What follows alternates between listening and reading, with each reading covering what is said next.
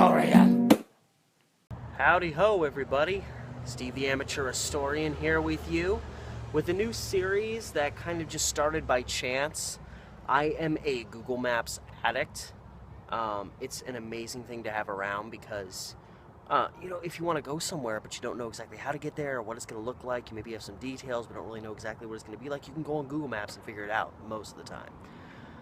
So I love scanning on Google Maps because as a guy who the furthest away I've ever been from home has been Vegas and LA, there's so much of the world I haven't seen, and this gives me an opportunity to at least physically see it, And so this is a new series I'm doing called Googling America. I may expand it beyond that, but for now, I'm just checking out places in and around the country, places I've never even come close to visiting before. But it's not just hey, here's this cool town, here's this cool town.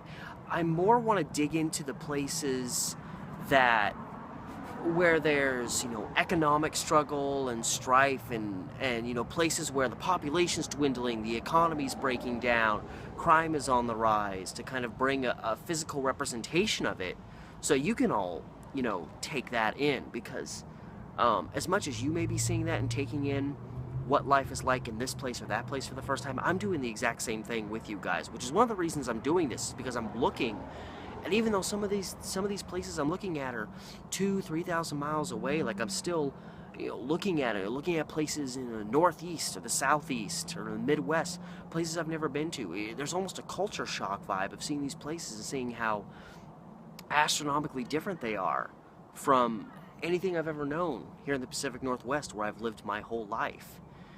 So I'm going to take you to some of these places and just show you them through images I've captured on Google Maps, just traveling around, traversing these places that really, really interest me. Some in terms of just oddities, quirkiness, and some in terms of these are, the most beat up, roughed up places in our country, but there's still places where people call home, things like that.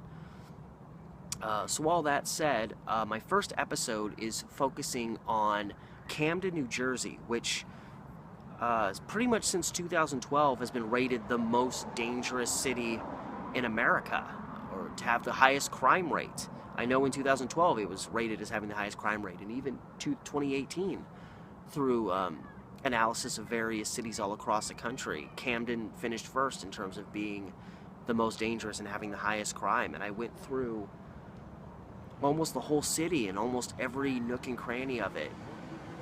You have places that are completely lost, completely abandoned, and it was culture shock again, something I'd never seen before. So anyway, without further ado, here's my first episode in this Googling America series with Camden, New Jersey.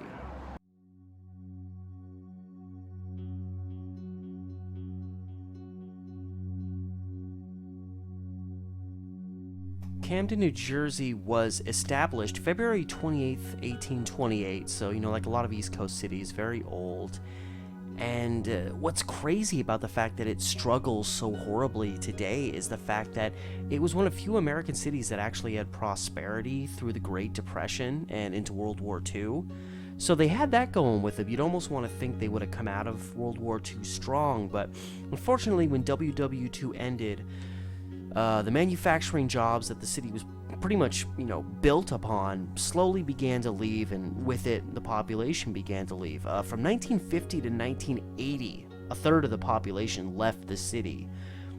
And even by the 70s, it was kind of becoming a haven of crime and violence, and even the city ended up declaring bankruptcy in 1999. So despite efforts over the past several decades, you can see here's a house that was just abandoned apparently and then torched, and it's just become a place to throw your trash. It's kind of a mini dump. This is very much what you're seeing here. This is very much I scoured Camden all over, and I mean, look at this. It's like a tornado went through here. It was just astonishing. As somebody who lives in Portland, Oregon, and here, this was also very interesting to me, is, the crime and stuff. There were a lot of places like this where you see people, they didn't have bars on their windows, but they literally had their whole porch gated off. I mean, that's when you know there's a lot of crime and people are very afraid of it. But as I was saying, coming from Portland, where it's so the opposite, you can't find an abandoned property. The moment a property becomes derelict or somebody's not really using it anymore, some developer comes in and just, you know, picks the thing up. You very seldomly find abandoned houses. You only find a handful that are not currently being lived in and are boarded up. But as you can see here, this is a succession of kind of wide looking down the street views. You can just see building after building, not just not being lived in, not just with boarded up windows, not just with the occasional, you know, tagging and graffiti and whatnot, but just places that are just completely falling apart. Even a lot of buildings that you could tell people were still living in, just completely falling apart. Grass is overgrowing everywhere. It was a real jarring experience to just scan up and down these streets all over this city and to see that, like, in almost every nook and cranny, what you are seeing here is what it is like. And this was wild here. This looks like just completely abandoned. Maybe it was a factory at some point, but just, you know, left to just kind of crumble in this open field. And then you can see here's a bunch of, you know, demolition stuff and some trash here as well. But now we're getting into kind of the meat of this video. As you can see, all these buildings, and it is so interesting, just looking at the architectural design and how much different it is on the East Coast than it is on the West Coast. These types of buildings with the kind of windows wrapping outward, they're all over the place.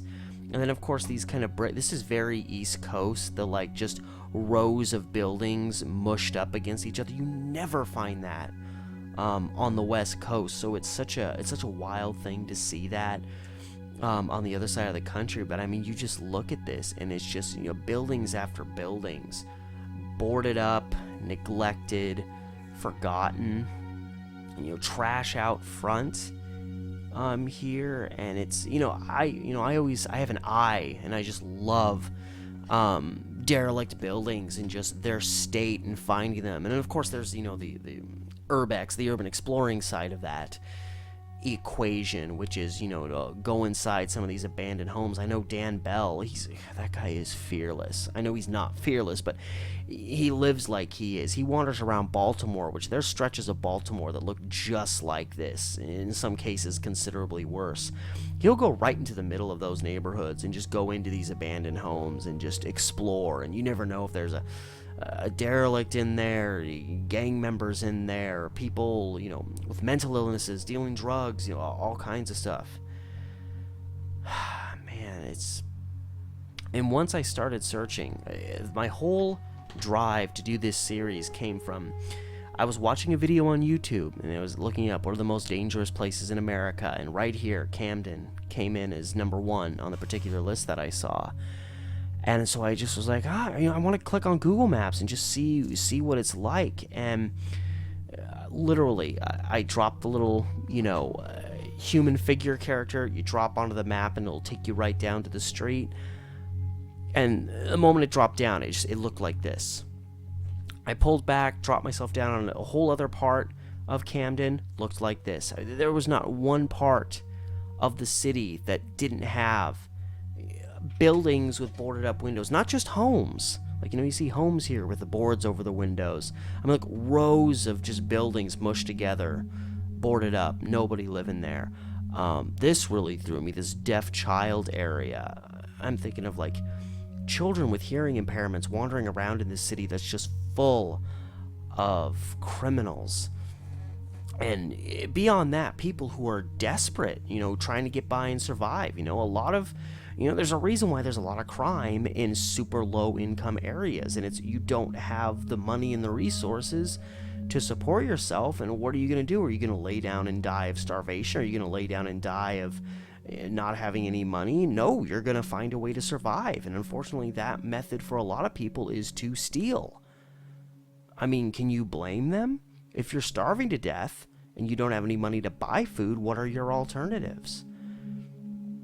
And yeah, I mean, as you watch this, it's just building after building after building And the architecture is gorgeous. I absolutely love the architecture of a lot of these buildings, but they're just fading and just collapsing over time. Here's kind of a cool old factory building, and here's kind of a cool old, maybe it's like a warehouse. That's an accident.